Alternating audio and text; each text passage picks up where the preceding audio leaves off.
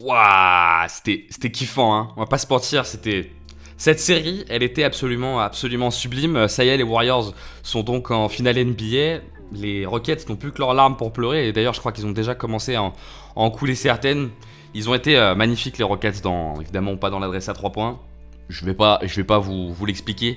Mais ils ont été magnifiques dans l'abnégation, dans le courage, toute la saison, dans la façon dont ils ont préparé cette finale de conférence. Ça a été absolument sublime. On va revenir aujourd'hui, évidemment on va parler basket, on va revenir aujourd'hui sur Stephen Curry et sur la façon dont il a repris le contrôle du jeu des Warriors et sur comment le jeu des Warriors est revenu grâce à l'implication de Stephen Curry et grâce à tout ce qu'il a pu faire dans le troisième quart-temps. C'est absolument magnifique. Juste avant qu'on aille là-dedans, je tiens quand même à faire un petit point sur tout ce que je peux entendre sur les Warriors, et j'ai été le premier à le dire il y a un an, sur le côté cette équipe est cheatée, elle nous permet pas d'avoir le spectacle qu'on aimerait avoir parce que tous les dés sont pipés. Les Warriors, il faut quand même avoir en tête qu'ils poussent la ligue à un niveau d'excellence qui a, je crois, jamais été atteint auparavant. Et si les Rockets ont été aussi forts, c'est parce que aussi les Warriors sont si forts et que les Warriors les poussent à être aussi bons que ça. Et on peut pas comprendre le mouvement dans lequel est la ligue sans comprendre ça. Maintenant, pour les Rockets, évidemment, si Chris Paul avait été là, ça aurait peut-être été différent. On peut pas le dire, donc ça sert à rien de vouloir spéculer. C'est juste dommage qu'il ait pas pu être là. C'est même dramatique pour la NBA qu'il ait pas pu être là. Mais quoi qu'il en soit, il faut pas non plus se dire simplement... Les Rockets ont eu la bonne approche en se disant les Warriors sont pas abattables. Et ils ont été à deux doigts de les battre. Il y a plein de choses à dire sur ce match-là. Évidemment, James Harden n'a pas été au niveau escompté pour moi. Et ça fait 2 fois qu'en deuxième mi-temps, il n'est pas au niveau escompté. Et 2 fois, je suis gentil parce que je pense que ça fait même quelques années qu'il n'est pas au niveau escompté dans les derniers moments. Mais voilà, je trouve qu'il faut quand même mettre ça en avant particulièrement. Et puis voilà, on a kiffé. Juste avant de commencer, je tenais à vous remercier évidemment pour les échanges qu'on a pu avoir lors de la dernière vidéo. Je tiens à vous remercier aussi pour tous les likes que vous pouvez mettre. Une fois de plus, si vous avez envie de soutenir la chaîne, c'est tout ce que je peux vous demander. Mettez des likes, ça permet d'avoir un petit peu plus de diffusion. Et puis voilà, ça aide à se développer. On part tout de suite sur la première action.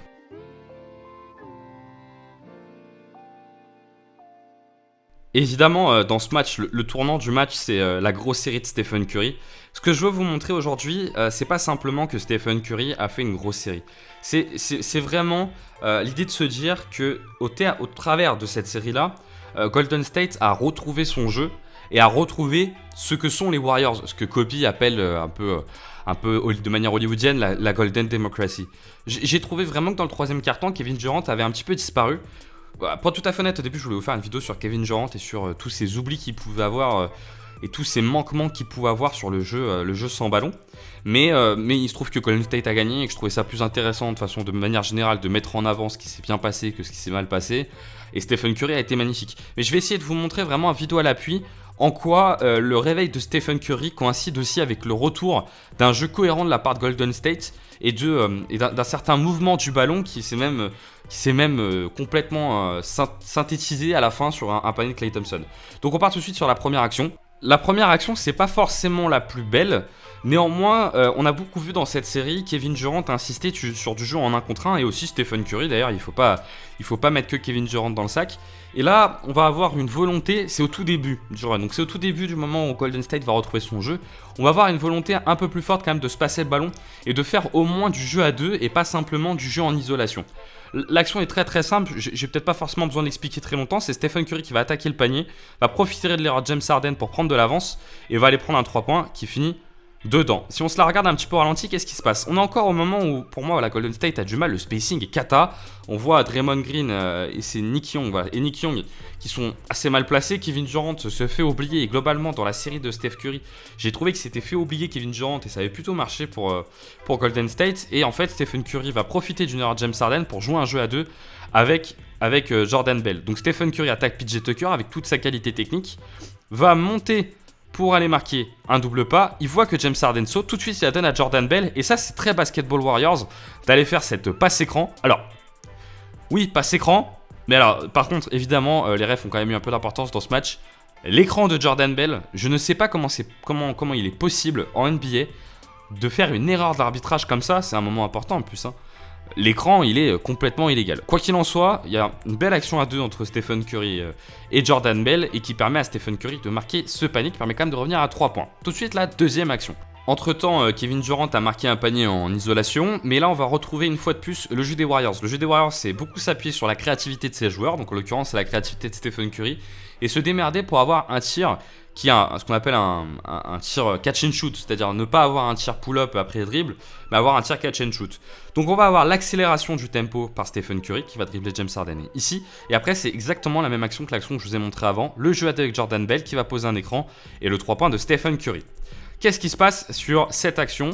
Donc la créativité de Stephen Curry est mise en avant avec son cross dans le dos. Par conséquent, il y a un premier retard pris par James Harden un peu trop facilement. Clint Capella va changer. Et là, Steph Curry va profiter comme avant de l'hésitation d'Eric Gordon à ce moment-là, qui hésite un petit peu trop pour la donner à Jordan Bell. Et tout de suite, Jordan Bell va réussir à faire une petite passe entre les jambes des Famias pour mettre un petit 3 points sur la tête. Cette fois-ci, il n'y a absolument rien à dire, il n'y a pas d'écran en mouvement. Ça aurait été bien quand même que les refs le signent la première fois. Ils l'ont pas fait et Stephen Curry peut permettre à Golden State de prendre 3 points d'avance. Ce run, c'est vraiment le tournant du match, hein, très clairement. Tout de suite, la troisième action.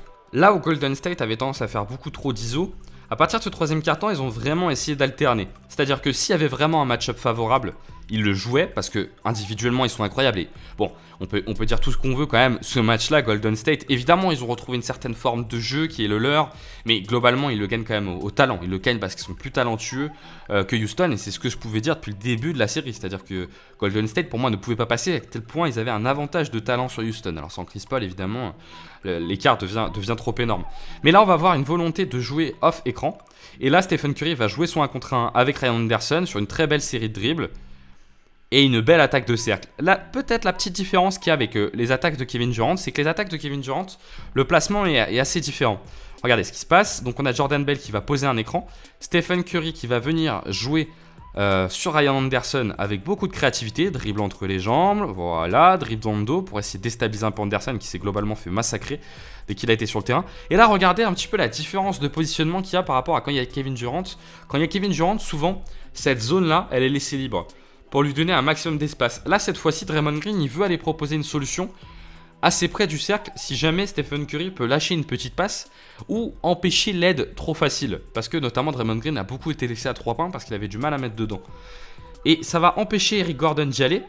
Draymond Green va faire un écran sur Eric Gordon, donc il n'y a pas d'aide, et ça permet à Stephen Curry d'aller marquer le panier. Vous avez vu sur ces 3 actions, il n'y a pas une action qui se fait tout seul. La seule qui se fait tout seul sur les 4 actions consécutives, c'est celle de Kevin Durant, que je ne vous ai pas montré, qui est sur une remise en touche où il prend un 3 points sur la tête de PJ Tucker.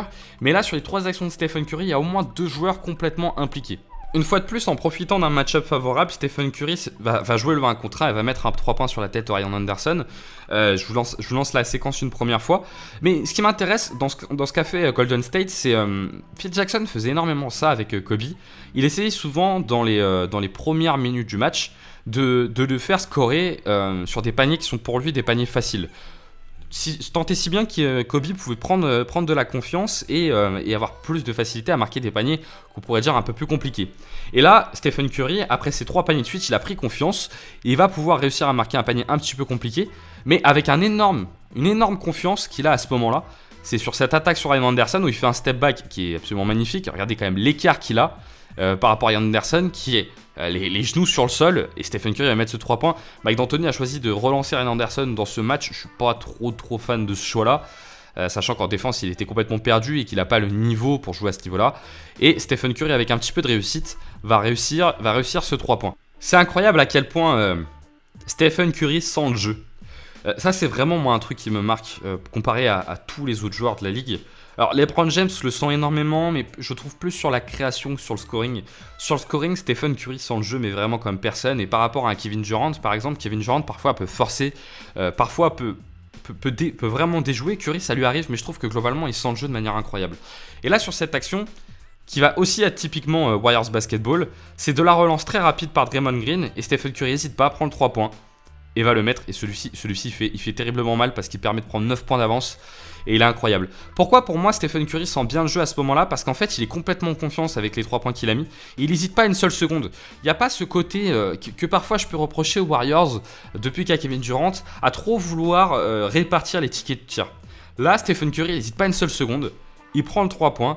Ça rentre dedans et ça permet de prendre 12 points d'avance. C'est un moment absolument décisif. Et le feeling du jeu de Stephen Curry sur cette action est très très bon. Évidemment, s'il le loupe, on dit qu'il le prend trop vite. Mais à un moment donné, vous venez de caler. Si je me trompe pas, on doit être sur un... J'essaie de calculer rapidement, mais on doit pas être loin d'un 15-2. Donc plutôt un 12-2. On est vraiment sur une dynamique favorable, on arrive à mettre des stops. Et c'est à ce moment-là où Stephen Curry va vraiment essayer de prendre un tir compliqué. Pas quand tout est difficile. Et c'est ce qu'a fait Houston. Houston, au moment où tout était difficile, a continué à prendre des tirs compliqués. Stephen Curry, ce qu'il a fait, c'est au moment où c'était difficile, aller chercher des paniers à haut pourcentage. Et au moment où ça devenait plus facile, est aller chercher des paniers plus compliqués. Une autre action typique de ce que je viens de vous montrer, c'est celle-ci, que je vais vous dérouler à vitesse réelle. Mais pour le coup, on a exactement ça. C'est le feeling pour le jeu qu'ont les Warriors. Ils sont sur un run très favorable. Et ben, ils accélèrent le tempo et ils vont mettre leurs 3 points absolument dévastateurs pour l'adversaire. C'est ce feeling absolument incroyable qu'ont les Warriors et qui les rend si forts. Cette capacité qu'ont les Splash Brothers, par leur connaissance du jeu et Draymond Green, à gérer le tempo avec une maestria incroyable. Vous avez remarqué quand même que sur tout le run que je vous ai montré, Kevin Durant est très peu impliqué et est vraiment mis loin du ballon. Et pour moi, c'est pas anodin. C'est-à-dire qu'ils sont revenus à ce qu'ils savent faire de mieux. C'est ce feeling pour le jeu, absolument, une fois de plus, absolument incroyable. Et pour moi, le symbole de ce free flow retrouvé chez les Warriors, c'est cette action que je vais vous montrer là, où on retrouve typiquement le jeu des Warriors. Je vais vous la décortiquer un petit peu plus longuement que les autres. Où là, vraiment, c'est le vrai Warriors basketball. Qu'est-ce qui se passe? Sean Livingston va aller la donner à Stephen Curry. Et ben non, c'est pour Draymond Green qui ressort à 3 points pour Klay Thompson. Ils ont vraiment retrouvé cette envie de se passer le ballon. Pourquoi cette action, elle est typiquement Warriors? Qu'est-ce qui se passe sur cette action? C'est remise en touche de Kevin Durant pour Livingston. Kevin Durant est une fois de plus pas du tout impliqué dans l'action. Stephen Curry va remonter à 3 points. Et n'oubliez jamais ça. Contre les Warriors, ce qui vous rend fou, et ce qui rend si fort les Warriors, c'est les écrans. C'est pas le 1 contre 1, c'est pas tant le talent. Évidemment, c'est parce qu'ils sont si forts à 3 points, mais c'est les écrans qui rendent complètement dingue. Parce que vous avez l'impression d'être en retard tout le temps, et au bout d'un moment, vous faites des erreurs. Et là, c'est ce qui se passe. Comme Draymond Green pose l'écran, c'est Eric Gordon qui fait l'erreur, ils doivent changer. Du coup, James Harden va récupérer Stephen Curry. Petite erreur de compréhension du jeu de la part d'Eric Gordon, qui oublie Draymond Green, qui se retrouve tout seul dessous. PJ Tucker vient en aide, et Draymond Green ressort à 3 points pour Klay Thompson, qui va aller marquer ce panier à 3 points, une fois de plus dévastateur, étant donné qu'il permet de prendre 11 points d'avance à un moment crucial du match, un moment vraiment décisif du match. Super action.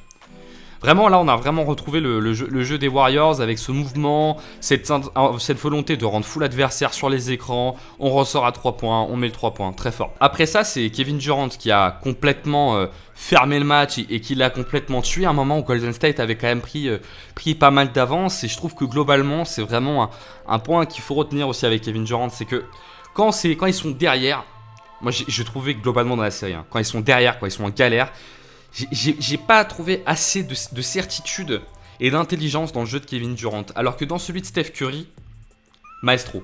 Complètement maestro, capacité à maîtriser le tempo, à maîtriser l'intelligence de jeu, à montrer aussi son talent qui est absolument incroyable. Et au final Golden State s'en sort grâce un peu à la bonne vieille recette, c'est-à-dire d'un jeu sans ballon plutôt performant, d'action à 2 et d'une volonté de se passer le ballon qui est plus importante que quand ils font de l'ISO un petit peu à outrance.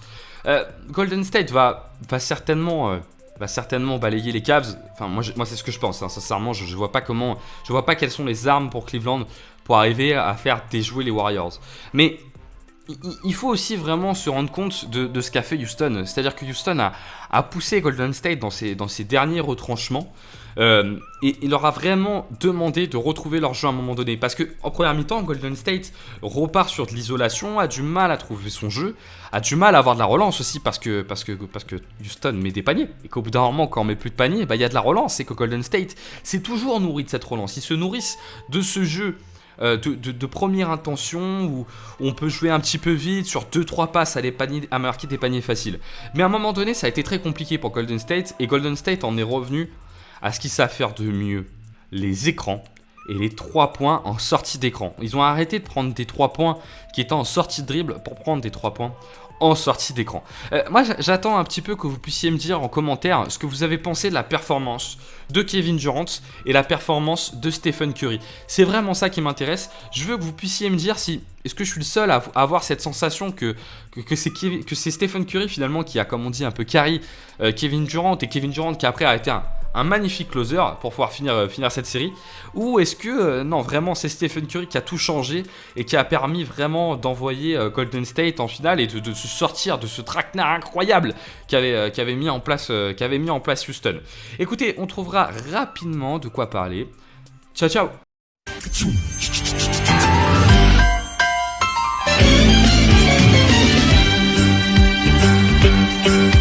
It's a rare condition this day and age to read any good news on the newspaper page. And love and tradition of the grand design, some people say, is even harder to find. Well, then there must be some magic clue inside these gentle walls.